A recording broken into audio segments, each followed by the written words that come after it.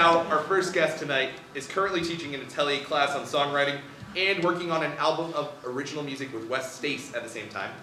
He is a Pulitzer Prize-winning poet, poetry editor for The New Yorker, and director of the program in creative writing. We just want to listen to his Irish accent. Please welcome Professor Paul Muldoon.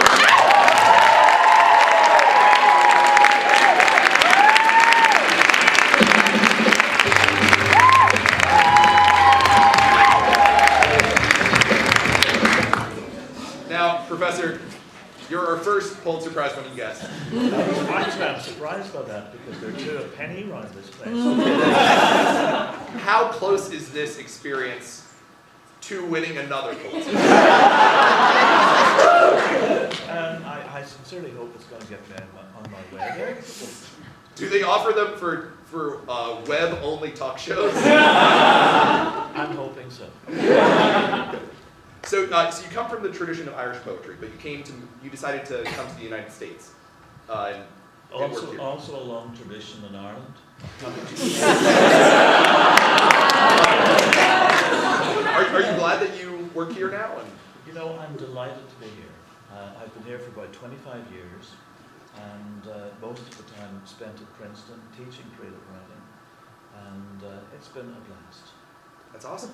So, but before you taught at Princeton, you taught at Oxford. Well, along the way, I was professor of poetry at Oxford, which was a part-time job, because you don't want anyone really to do that full-time. So I went 3 times a year for 5 years, gave 15 lectures, and met with some students. But basically, it was really an honorific position. Though as I never tired saying when I was there, with honors come the onerous. That gives you some sense of what you're up against. So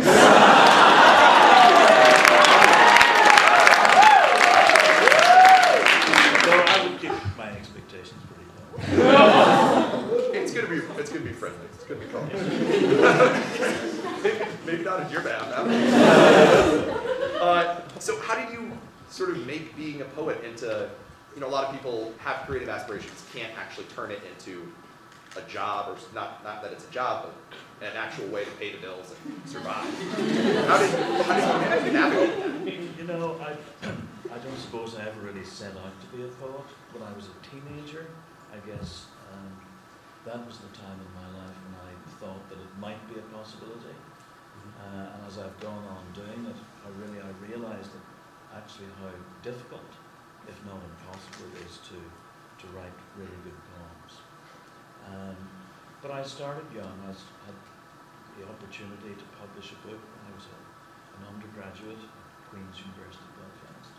And that's one of the things that we've tried to bring, of course, to the business of teaching in the university. The sense that anyone in this room is quite likely to publish a book of poems while being an undergraduate. The sense that this is it, it's for real now. The chances of doing it when one's 20 are in fact higher than they are when one's 60. A terrifying thought. It's all downhill from here, Dad. Actually, for the 20-year-olds are kind of past it. The best poets are really functioning at the age of 8 or 10. I'm sorry to be breaking this to you this evening. I tend not to mention this in class. Professor Paul Muldoon, quote, "Give up on your dreams." I want to change gears a little bit. So, one really interesting thing that you've been working on is sort of the connection between poetry and also song lyrics and like rock and roll lyrics. You have a book, The Word on the Street, Paul Muldoon. Look at that, everybody. Did the show have to pay for that? Yes. We hand gold embossed it. It was not originally gold embossed.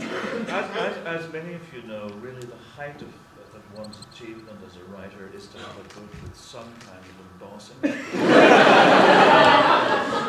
Usually one has to write a crime novel. And who knows, there may be some criminal activity in this book. So what really stood out to me about this is, so it's song lyrics as poetry, and you've also you've recorded these songs with your band, the Wayside Shrines. That's right. That's a Princeton-based collective. A few people from the university, Nigel Smith from the English department. Some of you know, I'm sure. Norika Manabi from the music department, and then a bunch of other people from local musicians and from the community. So it's a band called Wayside Shrines, and many of the songs in this group have been recorded by them. And we've played a few shows. We haven't really played very much. We've really concentrated for a couple of years on writing and recording songs. That's really, so one thing I was reading some of the book earlier today. A lot of the poems are not just, they are lyrics, but in a sense they're also often about rock and roll, or they have sort of messages. There's one, what was it, Comeback. Comeback. Yeah. So what inspires you about that field of rock and roll? So Comeback is a song which compares the relationship between two people to the relationship between a band that is making a comeback. You grasp that? I wasn't looking in your direction. We were introduced by Bruce at the Stone Pony, all that concentrated juice, standing room only. You were with some suit from EMI or Sony who was so full of toot he called for Mony Mony.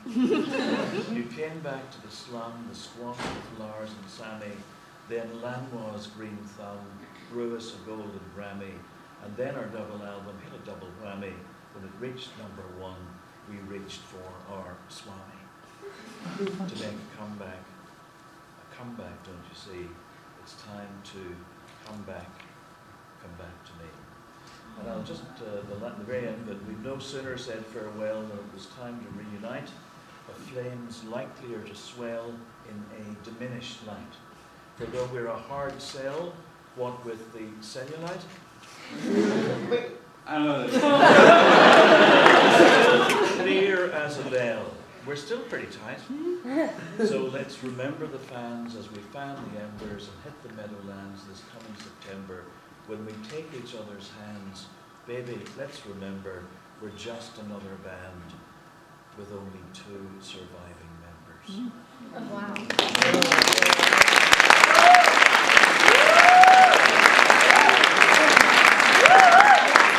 It's all about the Beatles.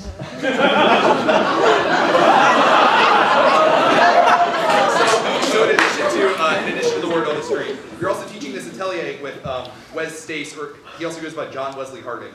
Who is this mysterious man of many names? Wesley Stace is an English novelist who goes by the name John Wesley Harding, the name, of course, of the infamous Outlaw, subject of a song by Bob Dylan. I suppose that's the area in which his name is most resonant.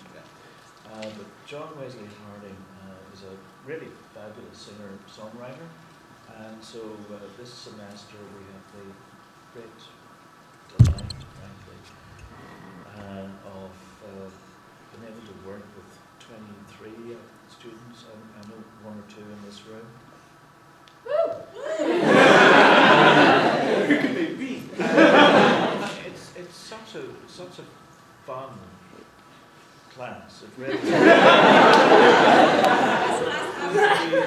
it's ordinarily a class we'd have 10 people in it. Most of our classes in creative writing are quite small. But in this case there was such interest in it that we decided that we'd take a larger number. So we have 23 people. So they're broken into groups of 3 or 4. You do the math. So we About 6 groups. Yeah. About 6 groups.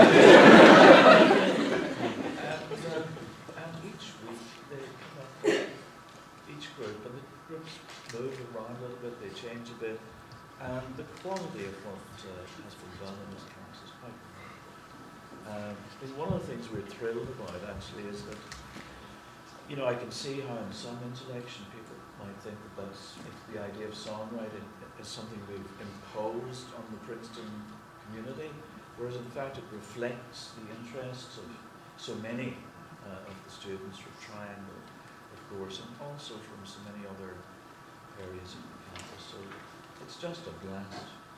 That's awesome. It That's is. so cool. So when are you just gonna fully go rock star? When? After this, I hope.